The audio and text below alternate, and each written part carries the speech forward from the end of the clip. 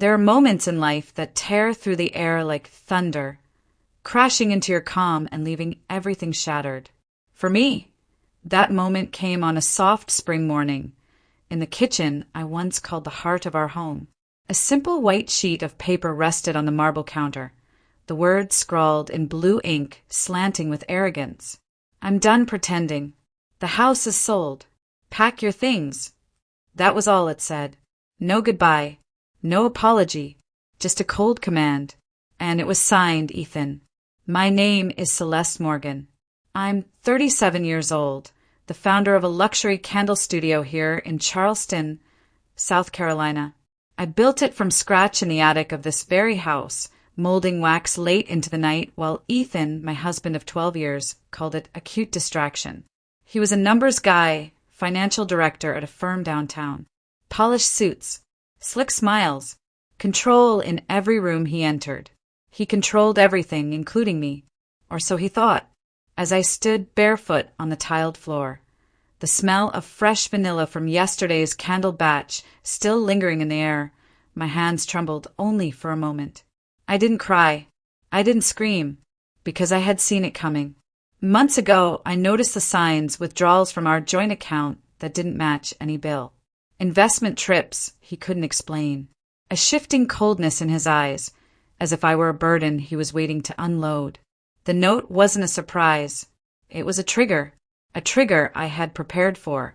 6 months earlier, over coffee with my sister Lila, a senior banker, she'd hesitated before sharing what she had seen on her end. Strange transactions, large sums moved into private accounts.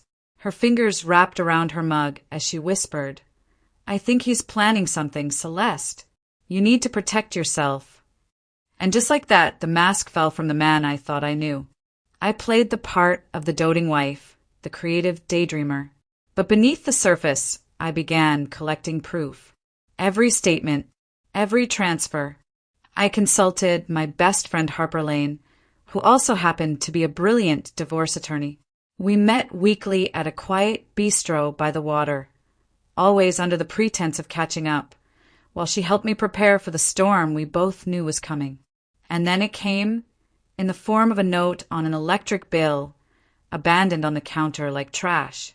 He thought he'd caught me off guard, that he'd sell the house, drain the accounts, and disappear before I even realized what happened. What Ethan didn't know was that the deed to the house had already been quietly refinanced in my name during our last renovation, a meeting he skipped because he was too busy closing deals. As I read his note that morning, I smiled, not because I was happy, not because I wasn't hurt, but because I had something Ethan never expected: leverage. I walked into my sunlit studio, candles half poured on my workbench, and picked up my phone. I texted Harper one word: "Now." Then I took a long breath and opened the drawer where I had hidden the folder. Inside it were copies of every transaction, every signed document, and every lie I had silently traced back to him. I stared at the folder, feeling its weight in my hands. The war had begun, but the battlefield was mine. Outside, birds chirped as if nothing had changed. Inside, the woman Ethan thought he had broken was already steps ahead. Calm, steady, ready, because this was no longer about love. It was about reclaiming everything he tried to steal. And that morning, with his note in one hand and my future in the other, I finally understood. He had underestimated the wrong woman. The quiet hum of the ceiling fan was the only sound in the room as I placed the folder of evidence on my studio table. It sat there like a sealed weapon, ready, legal, and fatal to the lies Ethan had spun for months. I lit one of my newest candles, a black fig and cedarwood blend, and watched the flame flicker to life. The scent was grounding. The ritual of fire had always steadied me. Tonight it was my war drum. Harper arrived within the hour, trench coat over her shoulder, her heels clicking sharply against the porch. She always moved like someone with a deadline and a plan. As I opened the door, she didn't waste time on small talk. She saw the note. She saw my face. She understood everything. "Let's end him properly," she said, her voice calm and razor-sharp. She pulled out her laptop and sat at my dining table, which still bore the faint candle wax stains from my early business days. Did he sign any recent joint asset declarations? No. He left that to me, like always, I replied. He thought he was too important to read the documents. Harper smirked. Good. That means he never saw the clause we inserted about sole ownership post-renovation. She began typing rapidly. Every keystroke felt like a brick in the fortress I was building around my future. I handed her the folder, each page catalogued in chronological order. The receipts from his mysterious business trips, the ATM withdrawals from casinos, the screenshot of his message accidentally left open on our shared iPad where he told someone named Ava, "Once I cash out the house, I'm free." By the time midnight rolled in, we had built a timeline so detailed, so damning, even a blindfolded judge could see through Ethan's plan. Harper leaned back, satisfaction in her eyes. You did everything right. We'll file for divorce first thing Monday. I'll also issue a temporary injunction. He won't be able to touch a cent until we go to court.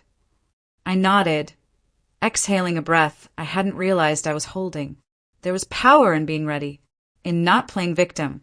The next morning, an email pinged on my phone.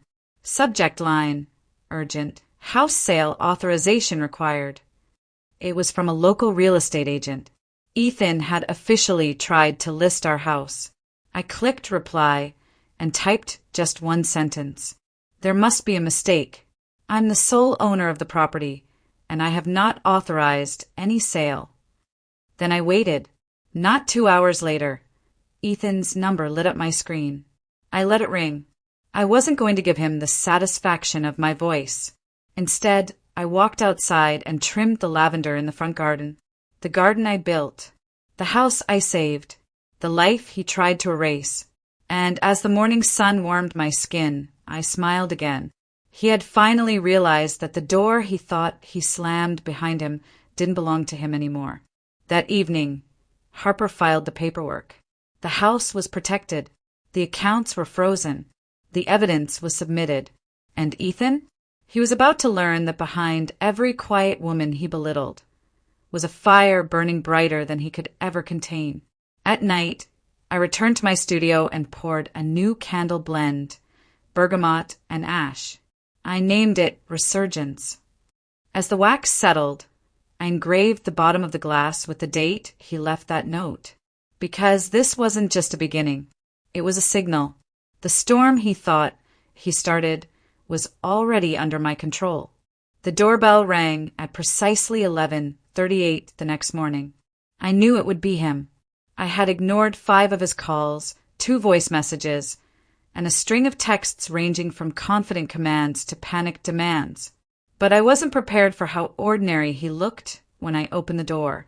Ethan stood there in a pale blue shirt, slightly wrinkled, his collar limp, the usual arrogance in his posture visibly cracked.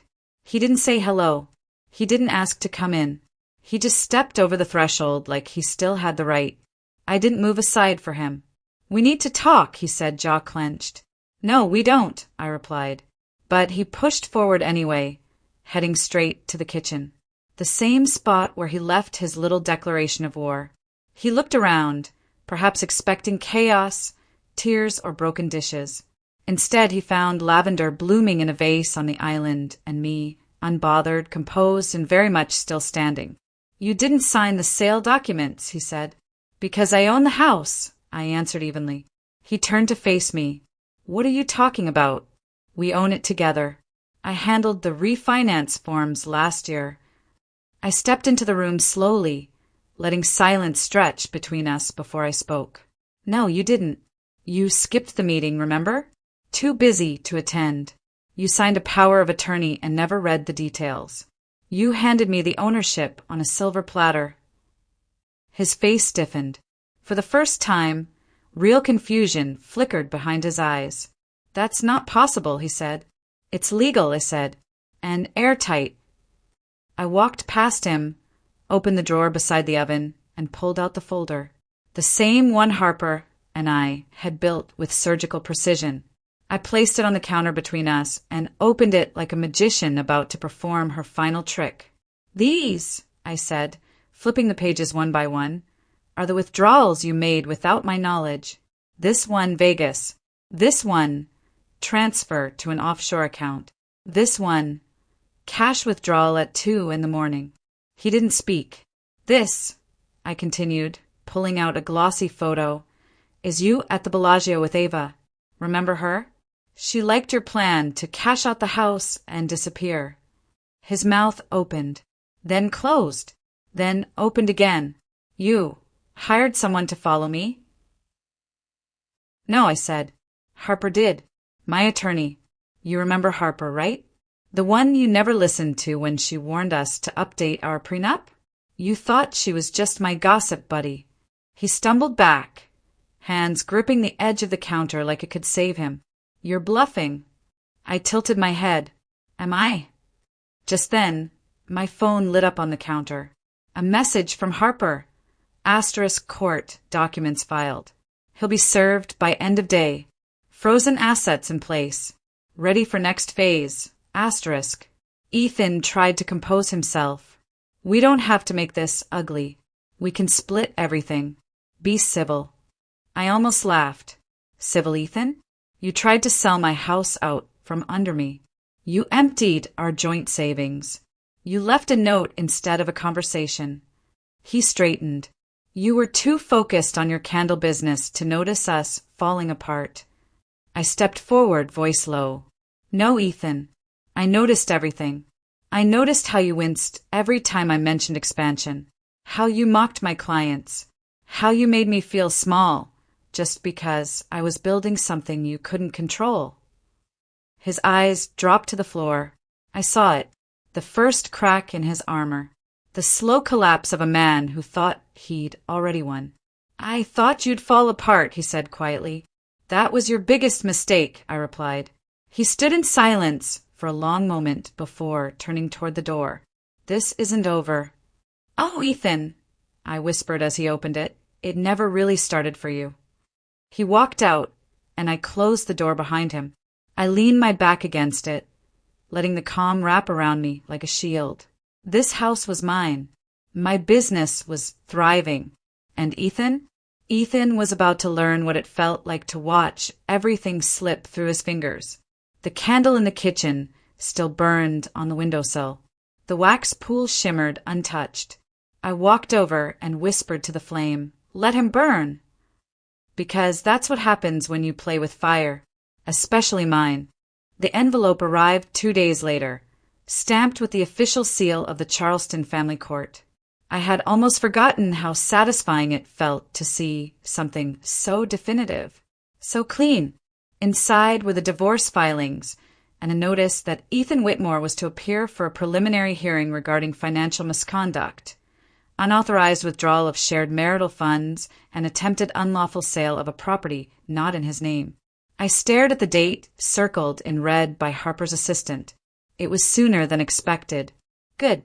The sooner we pulled off the mask in front of the court, the sooner this nightmare could shift from confrontation to closure.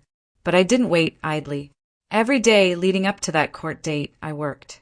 Not just on my business, though orders had doubled since I launched the Resilience candle line, but on myself. I woke early, walked along the Battery, met Lila for breakfast and Harper for strategy sessions. The more I engaged with the life I had let go dormant during my marriage, the more I realized how much space Ethan had taken. In my house, in my time, in my spirit.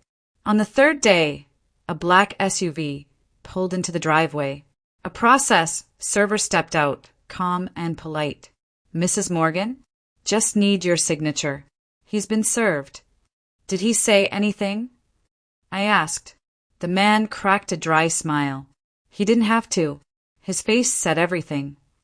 That evening, Harper came by with 3 more documents. Bank evidence showing how Ethan had rerouted over $75,000 in small, calculated withdrawals over 18 months. Casino logs from Las Vegas and Atlantic City. A partial email chain where he had attempted to invest funds in a private account under another woman's name. He was reckless, Harper said as she pushed the papers toward me. But sloppy. Very sloppy. I studied the final paper, a breakdown of his supposed business travel over the past year. Nearly half were vacation bookings, hotel charges for 2, champagne suites, dinner bills with charges for 2 entrees, not 1. "Do you want to bring Ava into this?" she asked, her tone neutral. I paused. "Not yet. I want him to sweat. Let him wonder how much I know. Let him wonder how far I'll go." Harper nodded with a knowing smirk. On the morning of the hearing, I wore a navy blue dress that I had bought after Ethan moved out. Not too bold, not too subtle, just strong. My hair was pulled back, simple studs in my ears, and the silver bracelet from my first year in business on my wrist. The one, he once told me, was a little too handmade for formal occasions. As I entered the courthouse, Ethan stood near the clerk's window, shoulders tight, dressed in a suit that no longer seemed to fit him. When he turned and saw me, his mouth opened slightly, just enough to reveal the flicker of panic behind his otherwise polished expression. He walked toward me, but Harper stepped between us. "Not today, Ethan," she said firmly. The judge entered chambers within 10 minutes. The courtroom was small, intimate, just the way Harper liked it. Less space for theatrics, more space for facts. We took our seats. The clerk began reading the list of submitted documents, withdrawal logs, account transfers, property deeds. The judge's brows rose higher with each new exhibit. Ethan's lawyer, a young, expensive-looking man with too much gel in his hair, stood and began his argument. He talked about misunderstandings. He used words like confusion and shared responsibility. But when Harper stood, her voice cut through the air like a polished blade. "Your Honor," she said, holding up the original refinance document Mr. Whitmore willingly signed over rights to the home 2 years ago. His signature is verified and notarized. Additionally, these transfers, she handed over a second file, show a pattern of concealed financial activity, indicative of fraud, not confusion. The judge flipped through the pages in silence. "And finally," Harper added, "we have documented statements and receipts linking these funds directly to non-business related gambling and travel expenses." There was a pause, a long one. Then the judge looked at Ethan. "Do you have anything to say in your defense?" Ethan adjusted his tie. For a moment, I thought he might try to spin one of his signature speeches. But instead he said softly, "I made a mistake. I thought she wouldn't fight back." The judge leaned back. "That mistake will cost you." He ordered temporary spousal protection over the assets, pending a full financial investigation. Ethan was barred from touching any joint accounts, and he was instructed to vacate all attempts to claim ownership of the house. As we stepped out into the bright Charleston sunlight, Harper exhaled. "That went better than expected," she said. "It's not over yet," I replied. "No," she said, "but it's close." That night, I sat by my studio window, a candle flickering beside me, and wrote out the first draft of a new business workshop I had dreamed about for years. One that would help women like me spot financial red flags in their relationships. I called it The Light Within, because sometimes it takes being burned to realize how much fire lives inside you. There's a strange silence that comes after battle. Not peace exactly, but a stillness. A space where your breath slows and you realize just how loud the war had been. After the hearing, the house felt different. Not haunted, not heavy, just quieter. No footsteps pacing the hallway. No slammed doors. No bitter sighs from behind the newspaper.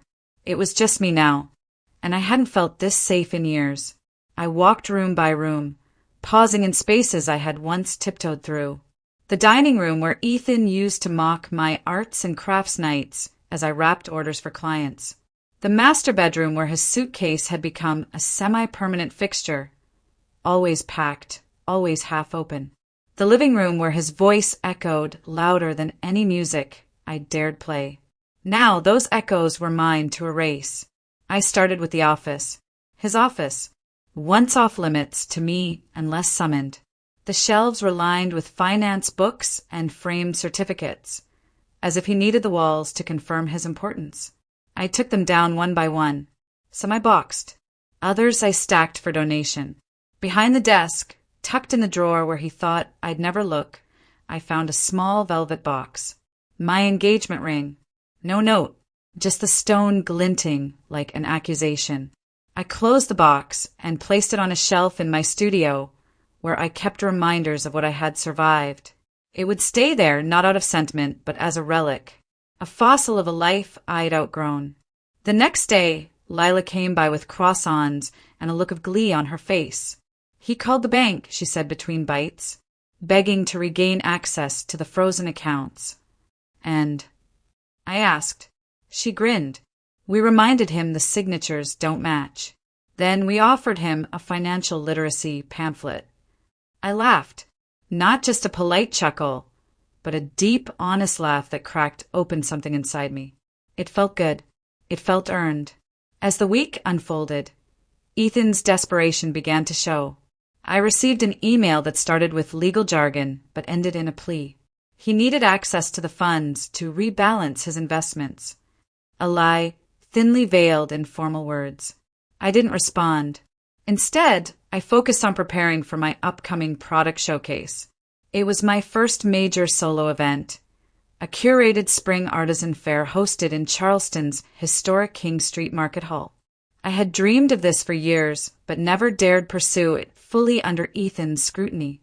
Now I booked the booth, designed new displays, and printed custom packaging with my rebranded logo, Celeste in Flame. Beneath it, the tagline read, asterisk crafted in resilience, lit with intention, asterisk. Lila and Harper helped me haul boxes and organize the setup the day before. Harper glanced at my workbench, where a row of delicate candle jars shimmered under the studio light. You realize you're doing it, right? She asked. Doing what? Building a life no one else gets to control. I swallowed hard. The truth of it sat heavy in my chest, but not in a painful way. More like the weight of a crown finally placed where it belonged. The artisan fair arrived with the energy of spring itself. Warm breeze, music in the air, and Charleston's cobbled streets alive with people and stories. My booth stood out in soft hues of cream and rose gold. The scent of sandalwood, citrus, and blooming jasmine drew people in like moths to a flame. Customers lingered. They asked questions. They bought in bulk. But it was a quiet moment that caught me most. An older woman, probably in her 60s, picked up a candle labeled Reclaim. She held it, reading the quote printed inside the lid. It said, she remembered who she was, and the world bent to make space. The woman looked up at me, eyes brimming. Did you write this? Yes, I said softly. She nodded. Good. The world needs more women like you. That night, as I packed up the last of my candles, I received another message from Ethan. Asterisk, I never meant to hurt you. I just needed more control. I thought you'd understand. Asterisk. Still no apology. Still no ownership. And I realized something. He was never going to understand, because he never saw me as someone who could leave him behind. The next morning, I redecorated the master bedroom. The wallpaper he hated, floral with deep blues and golds, went up without hesitation. I ordered new curtains, softer and warmer, a rug, a new mirror, and finally a chaise lounge I had always wanted but never bought because it wasn't practical. By the time the sun set, the room looked nothing like it had before. No echoes remained, just space, my space. And I finally slept through the night with no ghosts tugging at the edges of my dreams. The phone calls stopped. The emails slowed. The silence that followed wasn't just absence, it was retreat. Ethan was losing control, and I could feel it in the shift of his behavior. He wasn't strategizing anymore. He was reacting, and I had no intention of giving him anything to react to. I turned inward, focused on the growing rhythm of my business. The artisan fair had opened unexpected doors. A boutique in Savannah reached out, interested in carrying my resilience line. A local women's business network asked me to speak at their spring gathering. But it was the third offer that lit the fuse I didn't know I had been waiting for. A wellness retreat in Asheville, nestled deep in the Blue Ridge Mountains, wanted me to lead a creative healing workshop using candle making as a metaphor for rebuilding life. I reread the proposal 3 times. Then I closed my laptop and sat with the feeling for a moment. This was no longer just a business. It was becoming something greater. A message. A movement. That weekend, I hosted my first in-home workshop. 10 women from different walks of life gathered in my dining, room-turned-creative haven. Some were survivors of divorce. Others had left long careers to start over. A few were simply tired of shrinking themselves to fit into someone else's world. We sipped wine and laughed nervously at first, but as the wicks were dipped and the wax poured, something shifted. Stories came out. One woman admitted she hadn't lit a candle in years because her ex believed scents gave him migraines. Another confessed she had never told anyone how scared she was when she left her high-powered job to open a flower shop. By the end of the evening, we weren't just making candles, we were making declarations. This one is called Grace, one woman said, pointing to the soft pink candle she had molded with trembling hands. Because I'm finally learning how to give that to myself. And just like that, the spark spread. I started hosting workshops every month. I called the series Lightkeeper Sessions. The house, once filled with Ethan's voice and silent disapproval, now echoed with laughter, tears, and the scent of sandalwood and lavender. Lila helped me manage the registrations, while Harper offered legal advice to women quietly building their exit plans. One night after a session, I stood at the sink washing glasses when Lila leaned against the counter. "You know you're becoming something more than a business owner, right?" she asked. I looked up. "You're a lighthouse," she said, "and you don't even realize it." I smiled, but I felt it too. For the first time, I wasn't just surviving, I was guiding, helping others find their way out of storms they didn't think they could escape. Of course, it didn't take long for Ethan to notice. A week after my second workshop went viral on social media, thanks to a feature by a local influencer, Ethan messaged again. "Asterisk, you're painting me like the villain. This wasn't all my fault. I helped you once. You wouldn't even have a business without me. Asterisk." It was so predictable, it almost bored me. I didn't reply. Instead, I copied the message, sent it to Harper, and deleted it from my phone. That same night, I received a handwritten letter from a woman named Elise, who had attended the retreat in Asheville where I'd been announced as the upcoming speaker. She wrote about leaving her fiancé 2 months before the wedding, about waking up in a life that didn't belong to her, about how hearing my story in a blog post had given her the courage to choose herself for the first time in 10 years. She enclosed a small bracelet she had made, woven with gold thread and tiny crystals. "A thank you," she said.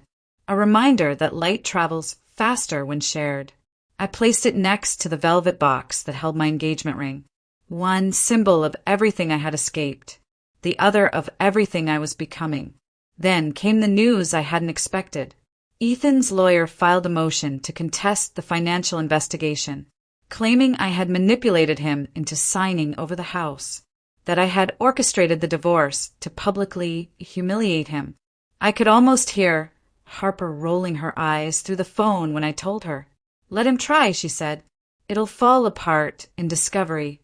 Still, I felt the knot of anxiety twist in my stomach. I had done everything right, followed every rule, but part of me still feared how easily men like Ethan could twist the narrative. Harper reassured me. "You have receipts. And truth. He has embarrassment and a bruised ego." The court date was set for 2 weeks later. 2 weeks to prepare. 2 weeks to remember who I was. Not the woman who flinched when her husband sighed too loudly. Not the wife who waited for permission. I was Celeste Morgan, and if he wanted to fight again, he'd find I was not the same woman he walked away from. I was already standing in the light he never thought I'd find without him. The courthouse looked the same, but everything felt different. The last time I'd walked through those polished doors, I was defending what was mine. This time, I was defending the truth. Ethan's countersuit had forced a new hearing, one that would decide whether the ownership of my home and the financial evidence we submitted would hold. On paper, it was a challenge of documentation, but beneath the surface it was about power. And Ethan still hadn't learned that I no longer lived under his shadow. I wore black, not for mourning, but for resolve. A tailored dress with clean lines and soft fabric that whispered confidence. My hair was pinned back. No jewelry except for the tiny gold bracelet Elise had sent. I wanted to carry her strength into the courtroom. I wanted to carry all of theirs. Harper was waiting for me at the top of the courthouse steps. She had that look in her eyes, the one that meant she was ready to dismantle someone with precision and grace. "He brought Ava," she said under her breath as we entered the lobby. I followed her gaze. Ava stood beside Ethan, her blonde hair pulled into a sleek ponytail, designer heels clicking against the tile. She clutched a large purse like a shield. Her face was pale, lips tight. "Interesting choice," I murmured. "He's still pretending she's not involved." "Let's see how long that lasts," Harper replied with a smile. Inside the courtroom, the energy was colder than before. Ethan's new attorney, a slick, silver-tongued man in an overpriced suit, stood beside him like a wolf dressed for brunch. He launched into a narrative of manipulation and marital deceit, claimed I had exploited Ethan's trust, that I had used my friendship with Harper to twist the legal process, that I had weaponized his infidelity. I watched Ethan nod along like a puppet who'd convinced himself he was pulling the strings. But when Harper stood, the courtroom shifted. "Your Honor," she began, "what you're hearing is not the story of a wronged husband. It's the tantrum of a man who lost control." She laid out our timeline again, documented, notarized, undeniable. Then came the witnesses. Lila testified about the account anomalies. Our renovation contractor confirmed Ethan's absence during the refinancing. Even the notary public, a quiet woman in a navy blazer, took the stand to confirm Ethan's signature and voluntary consent. Then Harper called Ava. Ethan's attorney objected. The judge overruled it. Ava took the stand, visibly shaken. Harper approached slowly. "Miss Avery, were you ever told by Mr. Whitmore that he had sold a home he co-owned with his wife?" "Yes," she whispered. "Did he ever mention that his name was no longer on the deed?" "No. He told me they still shared everything." "And were you aware that the money he spent on your shared vacations came from a joint account with Mrs. Morgan?" Ava's silence said enough. Then, quietly, she added, "I didn't know it was still shared." Ethan's face turned red. His fists clenched. He wouldn't meet my eyes, but I didn't need him to. The judge requested a recess. In the hallway, Ethan caught up to me just as Harper stepped away to answer a call. "You don't have to keep doing this," he said, voice low and rushed. We could still settle. Quietly. I looked at him, really looked, and I saw a man unraveling, no longer the commanding presence he used to be, but a hollow shell, propped up by fear and entitlement. Why would I ever choose quiet again? I asked. "I built that life with you." "No," I replied. "You tried to bury me inside it." When the court reconvened, the judge didn't waste time. He ruled that the financial evidence was valid, the house deed uncontestable, and that Ethan's countersuit was not only unfounded, it bordered on harassment. He ordered Ethan to pay my legal fees and announced that a financial restitution hearing would follow regarding the stolen funds. As the gavel came down, Harper leaned in. "We just won." Outside, the sky was overcast, but the air smelled like rain waiting to fall, cleansing, heavy with promise. Ava passed us without a word, her eyes on the ground. Ethan followed, shoulders hunched, a man who'd gambled everything on arrogance and lost. Lila met us on the sidewalk. "I'd booked us lunch at Rue's," she said, holding up her phone. "You've earned a plate of truffle fries." We laughed, the sound bright and open. Back at home, I lit 3 candles in my studio, Grace, Reclaim, and Resurgence, and placed them on the shelf beside the court documents now stamped and sealed. This wasn't just a legal victory. It was a reclamation, a voice, of space, of self. The trial had ended, but something even bigger had just begun.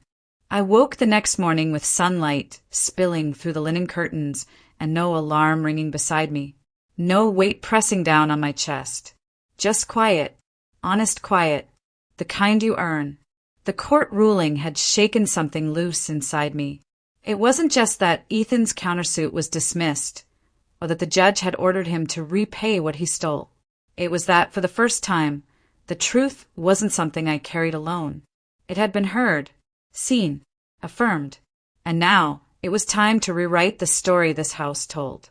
The first thing to go was the dining table, a heavy oak monster that Ethan insisted on buying, claiming it looked executive. I donated it to a nonprofit that helped women furnish new homes after leaving unsafe ones. Watching it roll down my front steps felt like exhaling something I'd been holding in for years. Next came the hallway photos. Gone were the stiff holiday portraits and fake smiles. I replaced them with snapshots from my workshops, women laughing with wax-stained hands, glowing jars lined up in rows, candles with names like Worthy, Still Rising, and Unburnable. Each image told a truth Ethan never saw in me. Lila helped repaint the living room. We chose a shade called Morning Fog, soft blue with a hint of silver. It was a color Ethan would have said was too feminine for a main space. That only made me love it more. I bought a record player, filled the shelves with jazz and indie folk. Music poured through the house now, no longer hushed or filtered to his taste. Sometimes I danced barefoot while cleaning. Sometimes I just let the notes fill the silence he left behind. But the biggest change came in the room that used to be his office. I transformed it into the new heart of Celeste and Flame. What was once a shrine to ego now held rows of shelves stocked with natural oils, glass jars, and custom wick trays. I installed a handmade wooden workbench and hung string lights from the ceiling beams. The wall where his degrees once hung now held a single framed print. She lit her own way out. The studio flourished. My assistants, Jasmine and Tori, helped pack orders faster than we could make them. The waiting list for our custom candles stretched 6 weeks ahead. We shipped to 6 new states in 1 month. A feature in Southern Makers magazine tripled our reach overnight. But the growth wasn't just professional. One evening, during a late-night workshop, I noticed a man lingering by the open door. He stood tall, holding a smooth, carved wooden box in his hands. His hair was streaked with gray, his flannel sleeves rolled to the elbows, and his eyes held that familiar, curious softness of someone who builds things with his hands. "I didn't mean to interrupt," he said. "I was told you might be interested in local-made display cases." I stepped out of the circle of women and walked toward him. "Let me guess," I said, eyeing the box, "black walnut?" He smiled. "And maple inlay. Took me 3 days." His name was Jonah, a widower. He ran a woodworking studio out of his garage on the edge of town. He had heard about my workshops through his sister, who had attended 2 and couldn't stop talking about the candle woman who used to be married to a ghost. We talked. Then we talked again, and then we met for tea, and that turned into long walks through the neighborhood, and eventually quiet dinners filled with more listening than talking. He never once mentioned Ethan. He only asked about the scent notes I chose, about how I blended them, about why I named a candle Anchor and another Ashes First. He watched the fire, but never tried to contain it. Still, I was cautious. I had built this house with scars and salt. I needed to know that the person who walked through its doors came with gentleness, not demands. Jonah never pushed. He simply showed up, helped me repair a broken shelf, delivered a box of hand-carved candle trays, listened. One afternoon, I showed him the old velvet box with my engagement ring inside. I told him I hadn't thrown it out because it didn't scare me anymore. "Would you ever sell it?" he asked. "No," I said. "It's not worth anything compared to what I've built without it." That night, I lit 3 candles in the studio and stood at the window watching the street where Ethan once parked his car. That space was now empty, not in mourning, but in readiness. My home, my business, my story, they no longer held room for the past. Every corner now carried the scent of something earned, something rebuilt, something true. And when the wind moved through the house, I imagined it whispering through the walls, wiping away every echo of who I had to be, and singing softly the name of who I had finally become. The letter arrived on a Tuesday, folded neatly inside a plain white envelope with no return address. I recognized the handwriting before I even opened it. Sharp, angular, and patient. Ethan had always written like someone trying to beat a deadline. I stood in the doorway of my studio, sunlight filtering through the glass, the scent of lemongrass and cedar hanging in the air. For a moment, I debated tossing it into the trash unread. But curiosity can be a quiet echo. So I opened it. "Celeste, I've been thinking about everything. I guess that's easy to do when everything's gone quiet. I know you think I'm the villain in all of this, and maybe you're right. But I just want you to know it didn't start that way. I didn't mean to hurt you. I just didn't know how to live with someone who didn't need me anymore. You changed, and I didn't. I hope the house is treating you well, Ethan." No apology. Not really. No mention of the stolen money. No ownership of the manipulation. Just soft edges carved around a sharp truth. He couldn't handle who I became. I placed the letter beside the old velvet ring box and let them sit together like relics in a museum of my past. That week, I hosted another Lightkeeper session, this time with over 20 women, seated shoulder to shoulder in the expanded studio space. I had added a new shelf for larger batches, repainted the ceiling beams, and strung dried flowers along the walls. It looked nothing like it did a year ago. Neither did I. The women poured wax, told stories, and chose labels for their candles. One wrote unapologetic. Another named hers after the storm. I watched them create, but I also watched them reclaim. And in them I saw versions of myself. Women who had once flinched at silence, who had once mistaken endurance for love. Later that evening, as I was cleaning up, Jonah arrived with 2 more handcrafted display stands. He didn't say much, just handed them over and smiled as he noticed the music playing in the background. "Eva Cassidy," he said. "Good choice. She always sings like she knows something we don't," I replied. Jonah lingered for a moment, his fingers tracing the edge of one of the candle jars. "You know this place," he said. "It doesn't just smell like peace. It feels like it." I nodded. "That's the goal." He looked at me, eyes warm. "And are you there? At peace?" I took a moment, thought about it, thought about the courtroom, the countersuit, the betrayal, thought about the workshops, the laughter, the long nights building this life again. "I think I am," I said. "Or at least I'm not afraid of the noise anymore." We didn't speak of Ethan again. He belonged to a chapter already closed.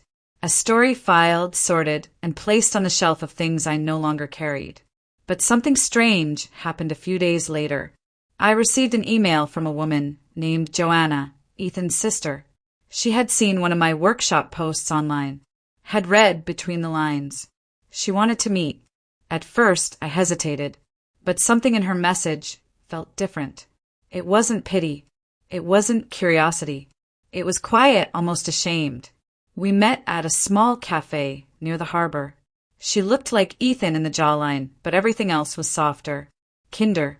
"I came to say I'm sorry," she said, wrapping her hands around a chipped ceramic mug, "for not believing you, for not speaking up when he mocked your work at every family dinner."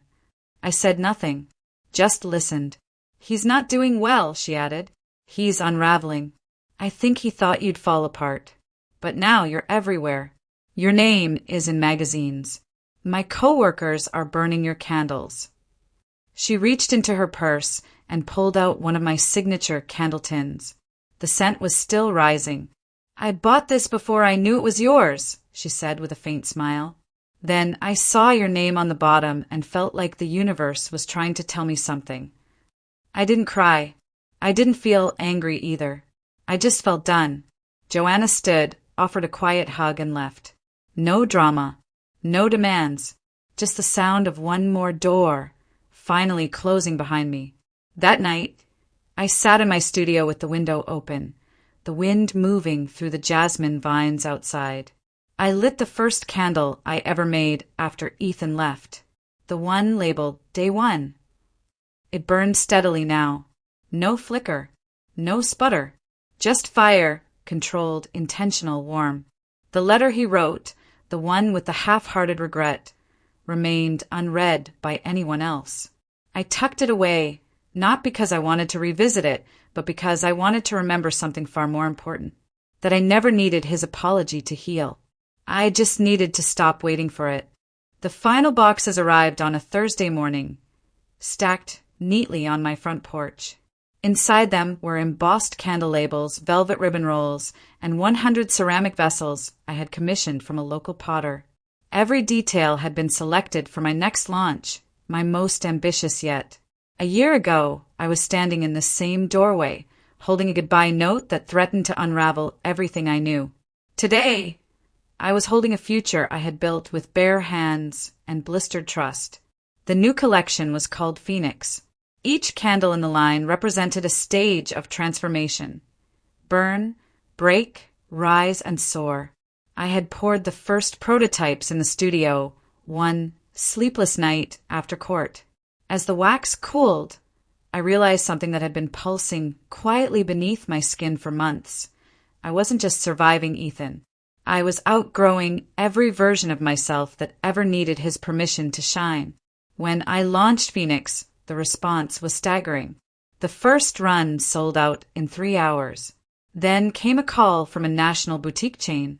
They wanted a limited run of curated scents. A New York design house requested a licensing partnership. An editor from Elle Decor emailed, asking to feature me in their Makers Who Moved Mountains spread. But the moment that stopped me cold didn't come from a headline or a contract. It came from a letter. This time it wasn't from Ethan. It was from a 17-year-old girl in Ohio named Maris. She had found my candles online through a TikTok video about still rising. Her message was written in slanted print, each word pressed hard into the page like she had needed them to mean something. She wrote about watching her mother shrink inside a marriage that felt more like a cage, about lighting one of my candles every night just to feel calm.